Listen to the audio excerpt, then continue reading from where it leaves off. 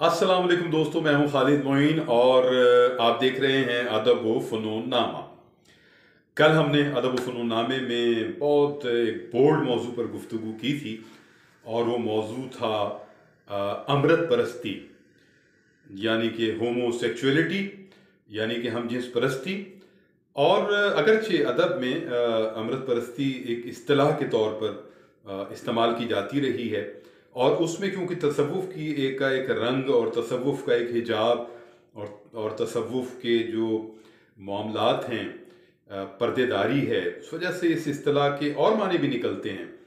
लेकिन हम तो बराह रास्त वही बात कर रहे हैं जो होमोसेक्सुअलिटी ही से निकलती है, हम जिस परस्ती ही से निकलती है।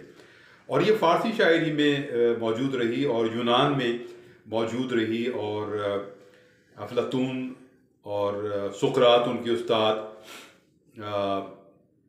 और शायद बाद में भी ये सूरत हाल रही, बल्कि एक पूरा इदारा बन गया था अमृत परस्ती का, और उसमें मबाहिस भी होते रहे, और एक बहुत बड़ा, और फिर और भी चीज़ें हैं, सैफ़ों के हवाले से भी कुछ, और फिर होमोसेक्सुअलिटी वहाँ भी आ जाती है। तो लेकिन हम तो बात वही कर रहे हैं कि हमारे यहाँ वली दखनी से लेकर, क्योंकि फ़ारसी शायरी से आया, तो फ़ारसी शायरी के हवाले से यहाँ जो शोरा थे उन्होंने बहुत सारे मज़ामीन और बहुत सारी चीज़ें एडॉप्ट की फ़ारसी शायरी की, और वो मज़ामीन भी थे उसमें।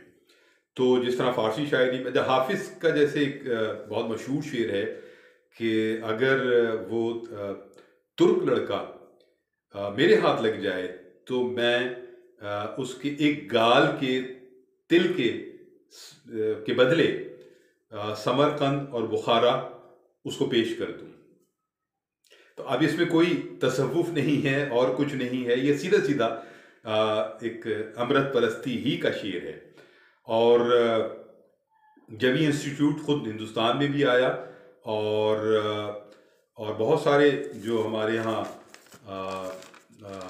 बादशाह थे, जैसे मोहम्मद शाही के दौर में इसको बहुत ज़्यादा उरूज मिला, अमृत परस्ती को, ये अपनी इंतहा को पहुँच गई।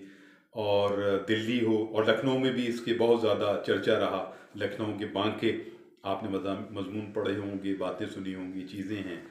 तो मैं आपको बताता हूँ कि इसमें और क्या क्या है। मतलब हम तो सिर्फ ये नहीं कह रहे कि इसमें तसव्वुफ़ के पर्दे, वो तो एक अलग मामला है, लेकिन हम तो बराह रास्त बात कर रहे हैं, और ये बड़ी अजीब बातें हैं, लेकिन ये हमारे अदब का हिस्सा हैं।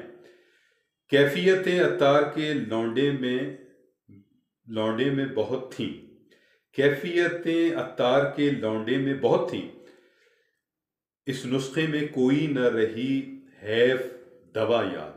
इस नुस्खे में कोई न रही हैफ दवा याद।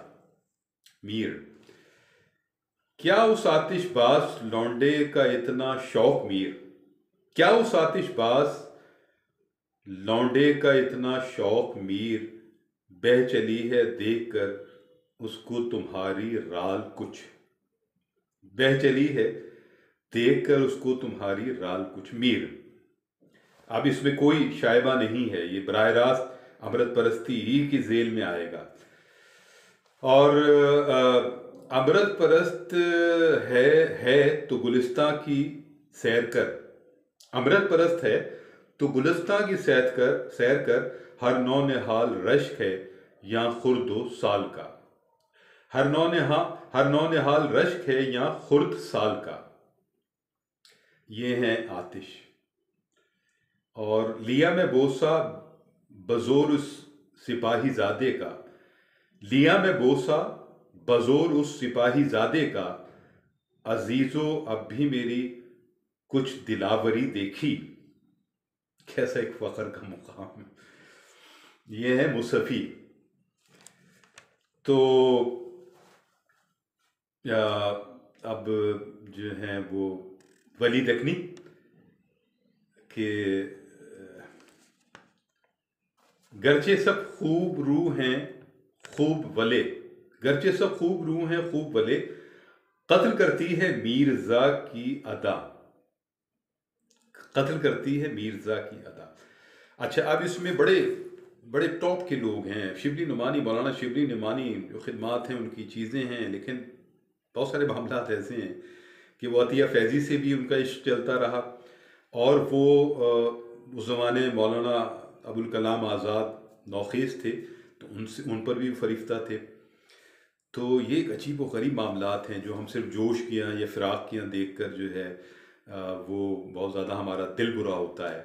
और फिर ये रिवायत जो है वो शायरी में बहुत सारे लोग हैं, इसमें बहुत सारे शरीफज़ादे हैं, बहुत सारे बुज़ुर्ग हैं। तो लेकिन ये मामलात हैं, क्या किया जाए। और ये सिर्फ शेर लिखने तक महदूद नहीं हैं, बल्कि ये अमलन मामले भी हैं। जी हाँ, ये बड़े हैरानकुन मामलात हैं, लेकिन ये अमलन भी रहे हैं और लोगों ने इसे इख्तियार किया और उस पर फ़ख्र किया और उसमें लगे रहे।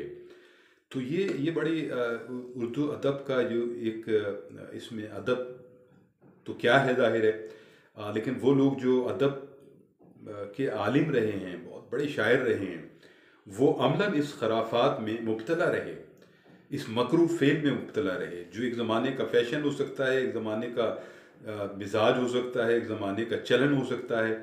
और फिर वो चलन होते होते पाकिस्तान तक भी आया और पाकिस्तान के मुख्तलिफ़ शहरों में रहा, कराची में रहा। कराची में बहुत सारे लोग थे, बहुत सारे बुज़ुर्ग जो इसी इसी इसी मकरू फ़ेल में मुब्तला रहे, अमृत परस्ती में।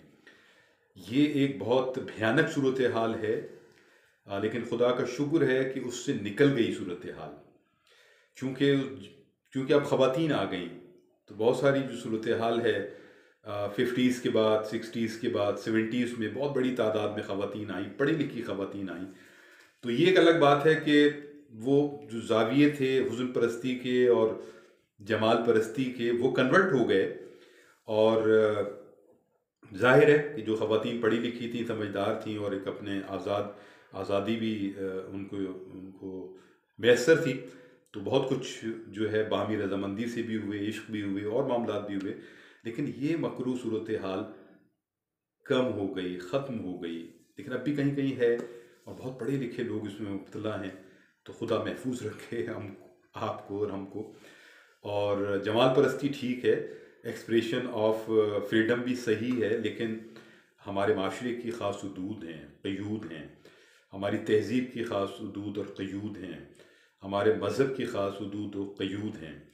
तो उनकी पासदारी ज़रूरी है। अब लिखने में भी बहुत सारी चीज़ें लिखी जाती हैं, कही जाती हैं, लेकिन ये अनारकी फैलाती हैं। ये अब लिहाफ वाला मामला जो है, नवाबों वाला मामला जो इसमें चुगताई ने लिखा, तो इसमें चुगताई ने जो कुछ लिखा वो ठीक है, मंटो ने जो कुछ लिखा वो ठीक है। अब भी बहुत कुछ ऐसा लिखा जा रहा है, लेकिन लेकिन एक कोशिश करें कि उस तरह लिखें कि वो चीज़ें जो है हर चीज़ लिखी जा सकती है, हर चीज़ कही जा सकती है। फ्रीडम ऑफ एक्सप्रेशन भी अपनी जगह है, लेकिन क्या मुकाम है किस बात को कहने का और किस बात को कहने का क्या करीना और सलीक़ा है, ये बहुत ज़रूरी है। और सिर्फ देखा देखी, सिर्फ फैशन के लिए, सिर्फ मशहूर होने के लिए जो कुछ आप लिख देते हैं, जो कुछ होता है वो आपके मुंह पर आ जाता है, वो आपकी सारी ज़िंदगी आपके साथ लगा रहता है। तो मैं नसीहतें नहीं कर रहा, मैं नसीहतों का आदमी भी नहीं हूँ, लेकिन मैं ये बताना चाहता हूँ कि ये अमृत परस्ती का एक सियाह बाब जो है वो रहा है हमारे उर्दू अदब में। और बड़े बड़े शायर जो हैं उन्होंने खुलकर भी लिखा उस पर, और अमलन भी ऐसा लगता है कि वो उसमें शामिल रहे। और अब तक मैं बहुत सारे नाम लूँ, लेकिन क्या करूँ, हम तो जोश और फ़राख तक आके रुक जाते हैं या राग़िब मुरादाबादी तक आके रुक जाते हैं, लेकिन बहुत सारे सिलसिले और भी हैं और ऐसे ऐसे लोगों के हैं कि अक्ल दंग रह जाती है। और जो उनके अमृत बने हैं इन लोगों के, उन पर भी बहुत हैरानी आपको होगी अगर वो नाम सामने आएँ, जो बड़े मोतबर हो चुके हैं और बहुत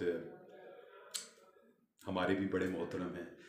तो लेकिन बहरहाल, तो ये एक ऐसा मौजू था जिस पर, ये ऐसा टैबू है, एक ऐसा मौजू है जिस पर बात नहीं की जाती। हम टेबल टॉक तो करते हैं, लेकिन अदब में हम इस पूरी तारीख़ को और पूरे सारे सिलसिलों को नहीं बात करते हैं, और शायद अच्छा भी है। लेकिन मैंने तो खैर इसलिए बात की कि लोग आगाह हो सकें, नए लिखने वाले और जो तलबा हैं वो, और कुछ लोगों को रिकॉल भी हो जाए कुछ सूरत हाल। तो अदब व फ़नून ज़िंदाबाद, पाकिस्तान पाइंदाबाद। खालिद मोइन को इजाज़त दीजिए, फिर किसी मौजू के साथ हाजिर होंगे। खुदा हाफिज़।